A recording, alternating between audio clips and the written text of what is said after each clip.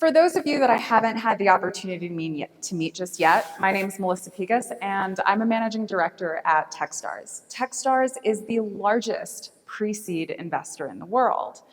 And what that means materially for you, especially for many entrepreneurs that are either on their way to starting their venture journey or considering what they're going to start and how they're going to fund it, that means statistically, the likelihood is that if you start a business and you pursue venture funding, it is very likely that Techstars is going to be one of the first checks into your business. We say that we take the biggest risk on entrepreneurs, we invest early, we go into common, we think of ourselves as your operational co-founder, and we work together on how you're going to build this market-shifting and world-changing startup. And so what I'm going to take you through is what we look for when we invest in pre-seed startups. And so there are a few things that you'll be able to walk away from today's presentation with. The first is our applications are currently open for the spring term. And so it's possible that you might be looking at this from the lens of, how should I think of presenting my business such that it resonates? Because maybe I see a role for myself, my team, and my business in one of the 44 global accelerators that we operate. The other lens that I encourage you to look at this through is either through the lens of the venture that you are building today or hope to one day build. I'm going to walk you through the essential components that we look for when we ask ourselves, do we want to be in this business? Do we believe in this deal? And it'll help you create a map for what you're building. It'll illuminate both the knowns and the many unknowns that exist at the early stage. And from there, it'll empower you and give you a guide to understand both what you need and how you might think about funding your business. So first, let's take it from the top. I'll give you a high-level overview of me and the perspective through which we'll look at how pre-seed companies are built and are made successful. Our early stage investment process, we talk so much about pitching, and today I'd really like to peel a layer back on the onion and talk to you a little bit about how we actually think of evaluating companies. This will be very helpful as you yourself ask, how is my business viewed through the eyes of an investor? How to build an enduring business. Venture capital is one very, very small part of the entrepreneurial pie. In fact, many of the companies that we look at today, I know many have given examples of Amazon and what Jeff Bezos is building. When we think of the profile of a typical venture scale business, sometimes they end up just looking like entrepreneurial small business ventures. So either way, we're going to go through what are some of the fundamentals of building a business such that you can maximize your funding optionality. That's really what you're aiming for. You want to maximize your optionality across all of the vectors that are going to be most important for the business that you're building. So first, a little bit about me. Prior to becoming an early stage investor, I spent about the first 17 years of my career as an early stage operator. And what that means, and as you look at the list of companies that I see now that I should have chosen some different colors for contrast. But in the last 18 years, I've been through around 8 exits, joining companies all the way from pre-funding bootstrap through growth equity financing. And as you look at that list, that looks like a list of achievements. When I look at it and when I talk to my founders materially about what that means, I'll say we've had some success in the end. And we always write the story with the headline in mind, but there's actually a lot of missteps, a lot of failings, and a lot of things, quite frankly, that we just didn't know, even the 6th time that we went down that entrepreneurial path. That's really important as you think about how your investor is going to support you. Capital is one important lever, but we think that we help our founders really shortcut their success by saying, this is where we've succeeded, but especially this is where we failed. So look out for some of these bumps along the way. Now, as an investor, I translate that experience into investing at the early stages, so at the angel round where the risk is highest, all the way through seed. The investments that I make are somewhere between $5,000 through Techstars is $120,000.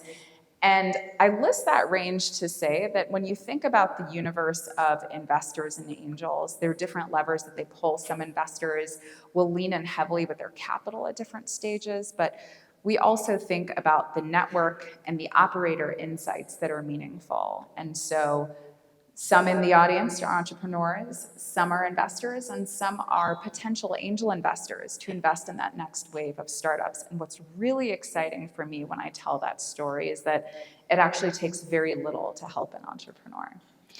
Communities, especially entrepreneurial communities, are incredibly impactful, and there's no shortage of ways that we can help founders get momentum on their journey to growth.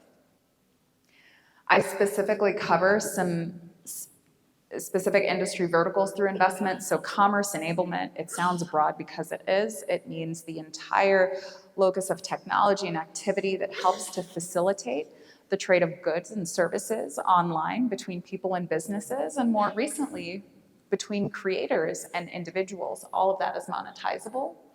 And then by extension, also looking at consumer brands and CPG, and we can't talk about commerce without talking about the impact on climate. So we also have some really exciting investments in the portfolio on climate tech. Techstars is one of the largest early stage global investors, and similarly for the four accelerators that I look after, we have a global footprint, and every year we make somewhere between, specifically I make between 24 and 48 investments in early stage startups from around the world, most of them hailing from Latin America and the Caribbean. And that's just one thread of work that happens at Techstars. So at Techstars, as I mentioned, we're the largest pre-seed investor in the world. What that means in terms of our reach is that there's no industry that we do not have founders that are building. We have over 5,000 founders. Our market, our accelerator cumulative market cap is close to 100 billion. I know that this is really a sore point that it's only at 98.4, but I'm hopeful that by the time I go back and update these decks, we'll be over that hurdle. And so what that is to say is that if you are building, there's never a wrong time or too early time to apply for an accelerator if you think that that's right for you. And more so that in every community, in every city, especially in Colombia, I know because I looked at the stats, there's absolutely a Techstars alumni who can talk to you about their experience and who is waiting happily to accept and welcome you into our network. And so a little bit about the accelerator before we talk about what it takes to get into that is that it's a really intensive 13-week program, and we spend that time really focused on go-to-market acceleration, and that's a really fancy way of saying how you sell things and make money. And then defining enough scale in your go-to-market and repeatability such that you can go out and successfully fundraise. So those are the two things that we're focusing on for our founders: how you make money, and then how you're able to build some repeatability and defensibility in the business such that you can raise funds to further invest in it. So a little bit about our early stage investment process. It all starts with a pitch deck. I look at probably anywhere between 100 and 150 pitch decks every week. And I tell you, they are all beautiful works of art, and they are filled with so much hope. And for anyone who has ever endeavored to build a pitch deck, I think you probably start with about 50 slides, you cut it down to 25, and by the time you get to that solid list of or 10 to 12 slides, you know it forward and backward, you can repeat all of the words off of it with your eyes closed in your sleep, and you're really proud of it. And I think that's the first hurdle that founders run into. When I talk to them, they say, but my pitch deck is beautiful. It's road tested. We've had so many iterations. This might be version 533. What do you mean there's still something missing in the business? And so I always like to stop here and say your pitch deck, that's a marketing asset for your business, but behind the scenes, what's really happening is I'm looking at your value proposition and your vision. So what you're gonna do, who you're gonna do it for, the problem, the size of that market opportunity, how you're going to solve it, what the unit economics of business looks like. And I'm trying to do two things. One, distill it into and normalize it into our standard investment process such that we can work with our investment team and experts to have a conversation about, if we're really interested in the problem that you're solving, is this the team that we want to bet on? And is this the approach and solution to the problem that we want to bet on? And we're also trying to distill it in something that we can comprehensively and cohesively say we have reached conviction in our investment process.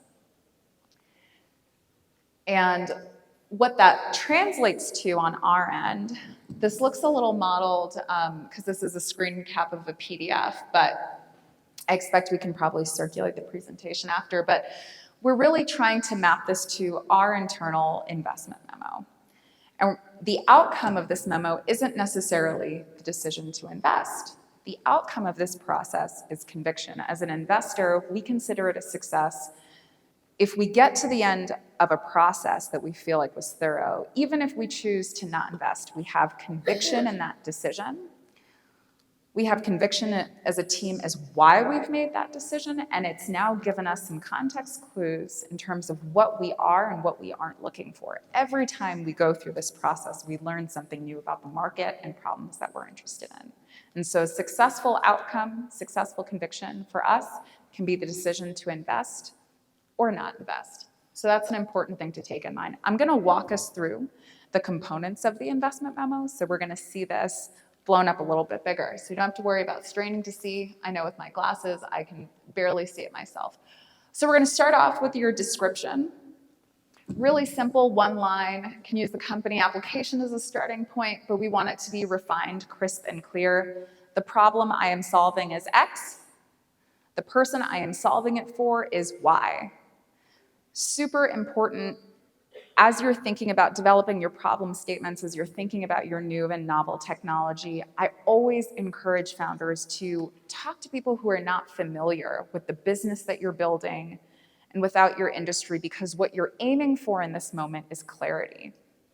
Network is very important for founders, not only as you think about how you're going to be supported as a portfolio company, but you have to ask yourself, am I making it easy for others to tell the story about what I'm building, what I'm excited about, and what I believe in, such that they can recruit supporters on my behalf? If I've got to do all of the selling of my vision, person by person on my own, it's going to take me a lot longer to hit my goals. And so what you're thinking of at this point is you're aiming for what is the conversation that's overheard as someone saying, I met this great founder, they're building this thing, I want to tell you about it. How easy is it to understand? The team details. The reason that we over-index on teams so much at the early stage is that the early stage is risky. Your business has no data.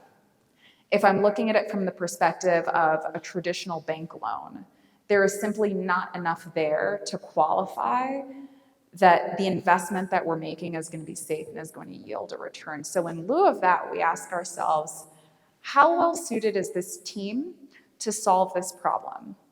And as we've seen superheroes on previous presentations, I ask you to think of your team that you're building from the perspective of the Avengers. Who are the Avengers that I'm solving this problem with? How am I framing and positioning their experiences such that I say on their own, this group of individuals is incredible and together they're unstoppable? This is really important because we look at problems in the market, we look at approaches to solving those problems, and then we have to ask ourselves about team. So both unmatched fit, which we call founder market fit, and we're also looking for grit. And everyone talks about grittiness, but it's really difficult to succinctly explain what that means. So two things. For us, grittiness means that you demonstrate that by having some sort of a failure that requires you to be resilient. Why do we look for that? You are going to fail multiple times in the lifeline of your startup. And what we're hoping is that no failure is so significant that it stops you from going. There's the resource, there's the industry challenges that you run into, but from a team perspective, that failure can be crippling. And so what we say that we're looking for in gritty and resilient founders and founding teams, truly what this means is we're looking for teams that are so in love with the problem that they are solving that they are willing to be wrong about the solution in big and small ways, because you will be. This means that the problem that you see in the market should inspire you so much that you're saying, it might take me 5 to 7 iterations and the product may look different, the team may look different, the market and the go-to-market approach may look different, but that's okay. As a team, we have the curiosity and humility to be really excited about those additional data points that we'll learn and deploy it in service of the customer that we are trying to delight. And your customer can be an individual and it can be a business. And so when we say we're looking for grittiness, we look for examples of how teams have struggled and failed together and risen above.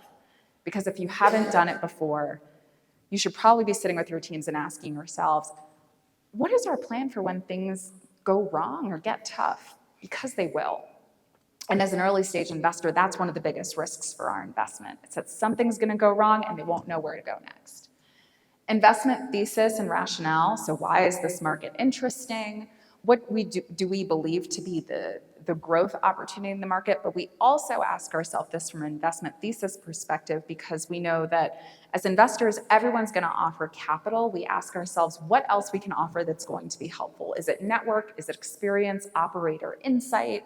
So if we don't have a perspective on the market that you're building in, which is why it's so important to do your research on the investors that you're engaging. It could be a great team, great deal, great profile, and we simply won't be able to reach conviction on how we can help, because that's the key part of the process.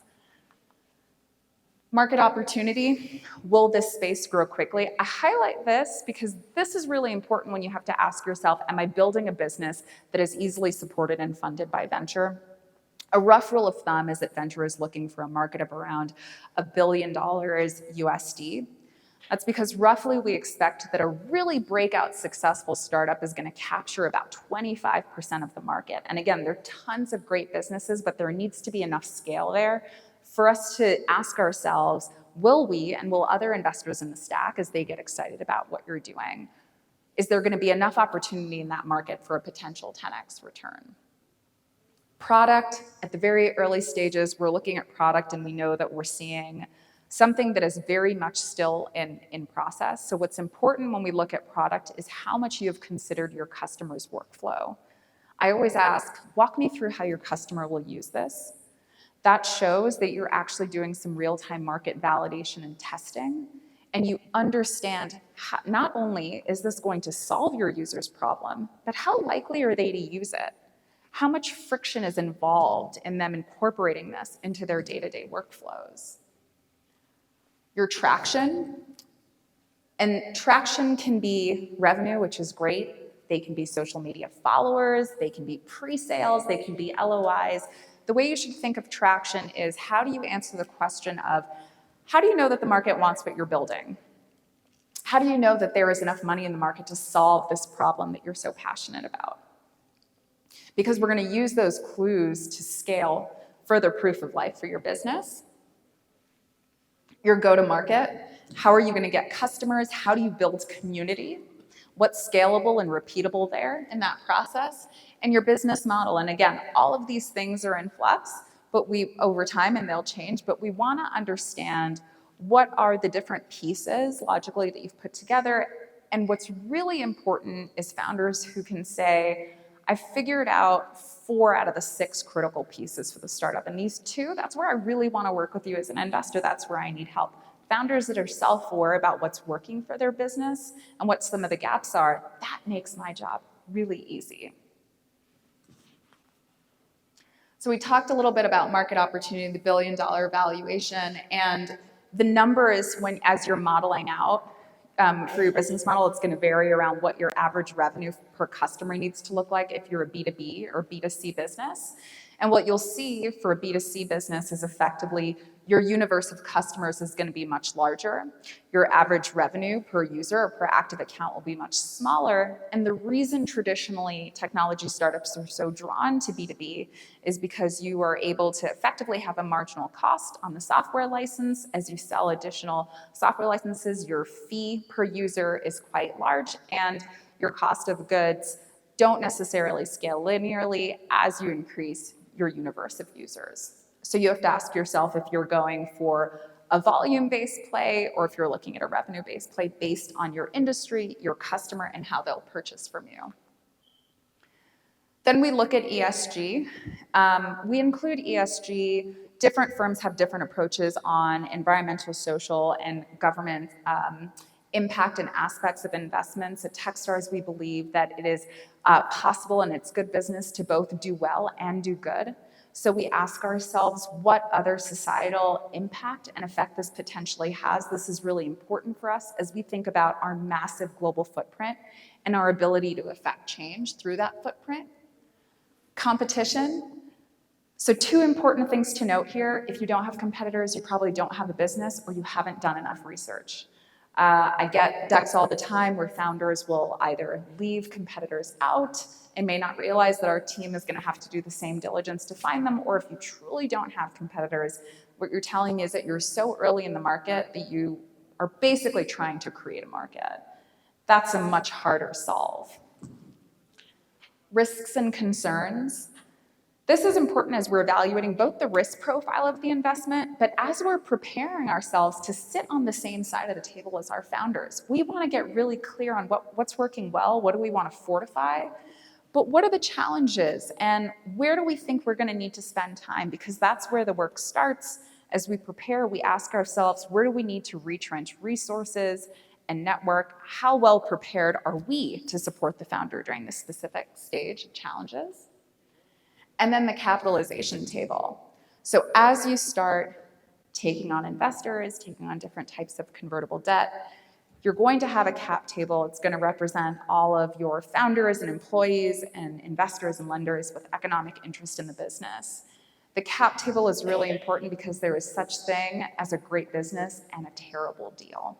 And so understanding how you're structuring and funding your company and what the optics may look like from an investor on the outside, what they're expecting their returns profile to be, what is considered normalized at the early stage is also going to help you think strategically about how you build your business, how you fund it, and how you pursue different pathways for funding. And so again, the end of this process is conviction. A failed process is where we have to get back to a founder and we say we've done the work, and the team was still split. We couldn't reach conviction either way. We'd like to stay in touch. We hope that we're wrong on the outcome. But again, remember, for an investor, it's successful even if we decide not to invest, because it means that we've learned something from the process that's going to help us as a firm go on and be successful. So as you think about funding your startup, when you look at it through the lens of the Techstars application, all of those are critical pieces and components to building your business and also for venture funding. But as you think about your startup's evolution, venture is but one small piece of the funding pie. And this might be interesting to hear from an investor, but I'm going to say the highest and best form of funding for your business is customer revenue. They are voting and validating the market, and that is profit. Then there are grants if you're pre-revenue. There are different types of short-term financing. There are all different sorts of LOIs and pre-sales that you can do with partners. There are different ways that you can think about how you ladder up on that revenue path. And then this is also where partnerships can be really material as well. We also find that looking at the approach of what resources you need to build your business versus what you have also forces founders to make some really scrappy trade-off decisions. And that in of itself is telling for us in terms of where you're choosing to invest, both in team and product, and how you're thinking about the nuances of how you're going to fund your business at those different milestones. So profitability is certainly the new valuation, but I thought it would be helpful to walk through all of these different components as you're building your business. What they really are driving and what's most important is really what's here on the far left side, your annual recurring revenue thresholds. We don't often talk about revenue when we talk about startups because I think the common ethos has been that profitability is going to be this thing that happens way, way off in the future. But as markets reset and as they cool, it's really about the proof in the business that you're building that allows us to ratchet up our conviction and our belief in your business at each stage to make the investment, to make the follow-on investment, and introduce you to other investors who can continue to write bigger checks. So what you're looking at right now is sort of a state of the market valuations where they are today. This looks a little different than it did in 2020 and 21. And so what you're looking at is 4-year round, Typically, your first institutional checks would come in at seed. Now we see founders getting started a little earlier at pre-seed. Your average round sizes, pre-seed starts at around $1 million. Your Series A can, I would say, average right around 10. The post-money valuations, effectively, if you want to figure out what the way that we calculate that number is, we take the valuation, we add the amount invested, and that gives us the post-money amount. And then finally, you're seeing, as we talk to founders constantly ask, am I ready to fundraise? Am I ready for you to make that investor introduction? And there's so many ways that we think of startup maturity and investor readiness, but one of the easiest ways, and one of the first questions we get from investors as we make introductions, they'll say, well, how much traction do they have? How much revenue have they been able to sell? And so these are really great points as you think of where you need to be to raise funding at different stages in your business. I encourage you to not spend much time thinking about valuation, because effectively your valuation is a mortgage for your company that your business has to grow into. When your valuation's high and you've just finished closing around, it feels really great.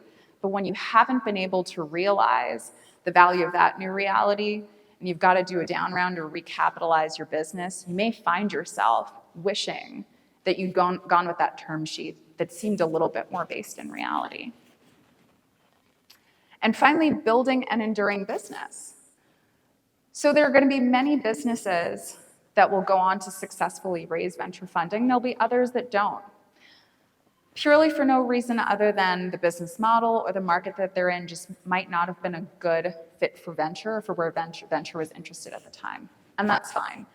What you want to do with your business is build in maximum optionality, where if you're either growing organically through customer revenue and maybe you're focused more on short-term profits versus investing in long-term growth, either way, you have a solid understanding of the fundamentals of your business and a path that you can say, depending on market conditions, I know which path strategically I want to pursue. And this is what gets me really excited about the opportunity for all of you here today, and specifically why I'm here. When I think of building an enduring business, Colombian startups have an incredible competitive advantage. And we've talked about a lot of them in terms of funding and network and government programs and incentives and how we're really thinking of spurning and investing in ecosystems. But truly, it can be even scrappier and much simpler than that. It's really that when you think of building locally, there are a few things working for you. First, you have the opportunity to be a big fish in a relatively smaller pond as you think about scaling for global ambitions. You are most likely a known entity within your community, however you choose to define it. And that is an incredible lever for growth that you are going to need as you get started. Why is community so important? Quite frankly, because when you start building, no one knows who your business is. Your business is new, it has no credibility, it has no track record. So instead, people are going to look at the individuals behind the business and they're going to say, I know them, I went to school with them, I might know their family, maybe we worked together, maybe we studied together. I understand their vision and I want to lean in. And then also, when you think of building hyperlocally, not only do you have access to community that you can validate in and get the support in, but also it has never been more possible to build locally as the future of work becomes more distributed. And as a result, you can take advantage of the fact that you have an advantage over entrepreneurs in Silicon Valley. It has never been cheaper for you to rapidly test and iterate. And you can fail faster and you can fail more times than they probably can, similarly because the balance of costs will be a little bit lower. So I introduce you to the new startup building reality. The tech world is more connected than ever.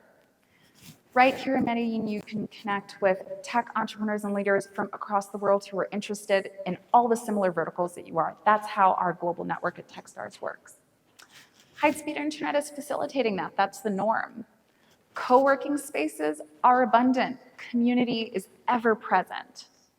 Incredible accelerators and investors are capturing local opportunity by going global. I know many of you have already spoken with Greg and Brian, and I'm sure there's going to be a line at the end of the conference to engage them further. This is the opportunity for founders who are building locally. You can focus and build and still have investors come see you now, which is great. You can hire engineers, rent office space, and connect with customers from just about anywhere as you're planning your market foothold.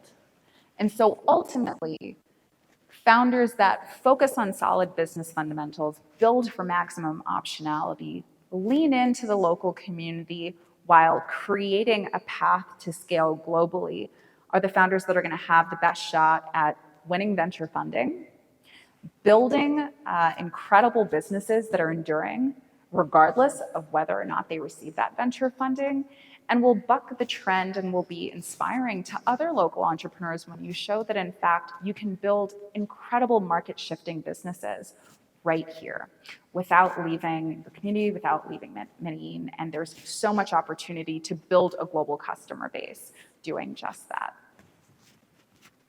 So thank you so much for your time. I hope that this has illuminated as you're thinking about the businesses that you're building, the businesses you may one day build. What are the knowns? What are the unknowns? What are some of the gaps? But most importantly, how do you position yourself for maximum optionality?